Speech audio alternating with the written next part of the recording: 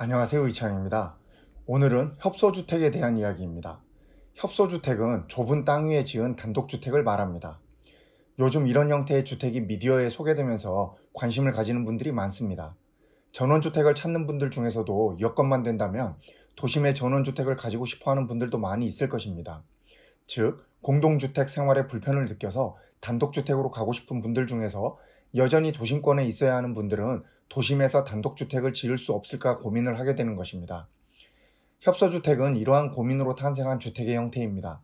일본에서는 오래전에 이러한 주택이 지어지기 시작했고 지금도 이러한 주택들이 도심에 건축되고 있습니다.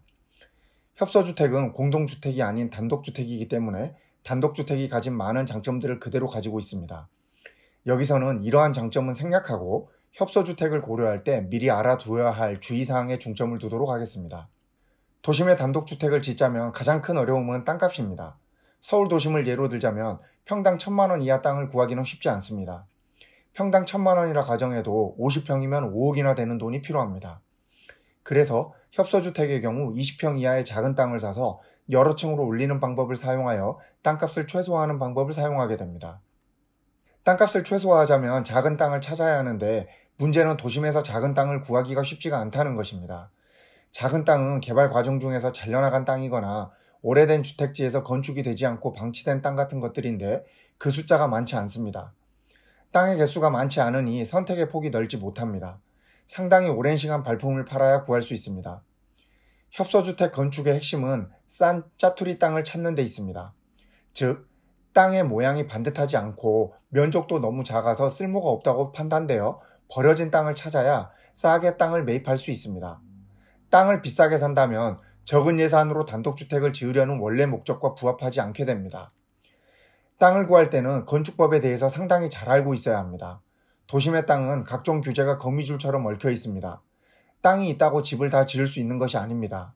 내 땅이라도 집을 못 짓는 구역이 있을 수 있고 고도 제한 때문에 원하는 층수의 집을 짓지 못할 수도 있습니다. 즉, 땅을 알아볼 때 이런 전문적인 식견이 없으면 상당한 곤란을 겪을 수 있습니다. 건축 허가 관련한 전문가의 도움이 필수적입니다. 전문가의 도움을 받았다 하더라도 건축 허가가 실제로 될지는 알 수 없습니다. 사전 검토는 사전 검토일 뿐 땅 매입 후 실제 허가 진행을 하다가 어려운 문제에 봉착할 위험이 있습니다. 즉, 건축주 스스로 이러한 문제를 감당할 수 있는 사람만이 협소주택에 도전할 수 있습니다. 허가를 받았다 하더라도 건축이 끝까지 될 수 있을지를 장담하기도 어렵습니다. 도심의 작은 땅은 일반적으로 다른 집들로 둘러싸여 있기 마련인데 이런 동네에 좁고 높은 집을 짓겠다고 하면 주민들의 민원이 발생할 가능성이 상당히 높습니다.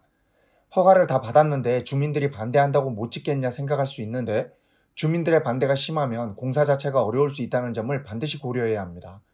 분쟁이 발생하면 공사가 늦어지거나 심하면 완공이 어려울 수도 있습니다. 설계를 할 건축가를 미리 정해두는 것이 좋습니다. 왜냐하면 땅을 구할 때부터 반드시 전문 건축가의 도움을 받아야 하기 때문입니다. 작은 자투리 땅은 대부분 그 모양이 사각형이 아닌 경우가 많고 주변 여건도 좋지 못합니다. 그러므로 그 땅에 맞는 설계를 개략적으로라도 먼저 하고 땅을 매입해야 합니다. 즉, 땅을 먼저 사고 맞는 설계를 하는 경우 생각지 못한 어려움에 봉착할 수 있습니다. 그만큼 협소주택의 경우 설계가 중요합니다. 좁은 면적 위에 여러 층으로 나누어진 가정집을 설계하는 것은 상당히 어려운 일입니다. 이러한 작업은 전문 건축가라 하더라도 많은 분들이 한 번도 해보지 못한 새로운 도전입니다. 그러므로 일반인이 대충 이렇게 지으면 되겠다는 생각으로 설계를 하거나 땅을 구하는 것은 위험한 발상입니다. 협소주택 건축 경험이 있는 건축가의 도움을 받는 것이 좋습니다. 협소주택은 여러 층으로 나누어지는 집의 성격상 집안에 계단이 필수적입니다. 예를 들어 1층은 주차장이 되고 2층은 주방, 3층은 거실, 4층은 침실, 이런 식으로 나눠지게 됩니다. 이 계단을 오르내리는 일은 생각보다 힘든 일입니다. 침실에서 주방에 있는 냉장고에 물을 먹기 위해서 2층을 오르내리는 일은 어떤 사람에게는 상당히 끔찍한 일이 될 수도 있습니다. 단층으로 된 공동주택 생활만을 하던 분들은 이 계단에 대한 경험이 없기 때문에 계단 있는 집에 살아본 분들의 경험을 충분히 참고할 필요가 있습니다. 엘리베이터를 고민해 볼 수 있겠지만 가격이 상당히 비싸고 유지비도 많이 들기 때문에 비용적 측면에서 선택하기는 쉽지 않습니다. 좁은 면적을 여러 층 올리는 건축 방법은 평당 건축비가 비쌀 수밖에 없습니다. 외벽이 많아져서 단열 부위가 늘어나고 여러 층을 올리기 위한 장비를 동원해야 하므로 공사 자체도 어렵습니다. 그러므로 같은 면적의 단층집에 비해서 상당한 비용이 더 든다는 것을 고려해야 합니다. 더구나 계단을 제외한 실제 사용 면적에 기준하면 더더욱 단위 면적당 단가가 비싸집니다. 모든 층에서 계단 부분은 활용도가 많이 떨어지기 때문에 실사용 공간에서 제외하고 생각해야 합니다. 난방 시스템의 경우 층별로 온도를 따로 조절이 가능한 각방 온도 조절기를 사용하는 것이 좋습니다. 수직 분할된 공간은 위쪽과 아래쪽의 온도차가 상당합니다. 아래쪽에서 데워진 공기가 위로 올라가기 때문입니다. 그러므로 각 층별로 따로 온도 조절이 되어야 쾌적한 생활이 가능합니다. 협소주택을 지을 때는 자신만의 집을 짓는 것이라는 점을 생각해야 합니다. 장기적으로 집을 팔려고 할 때는 아파트처럼 쉽게 팔기는 어렵습니다. 본인과 비슷한 생각을 하는 사람을 만나야 팔 수 있으며 아파트와 같은 시세 상승 같은 것은 기대하지 않는 것이 좋습니다.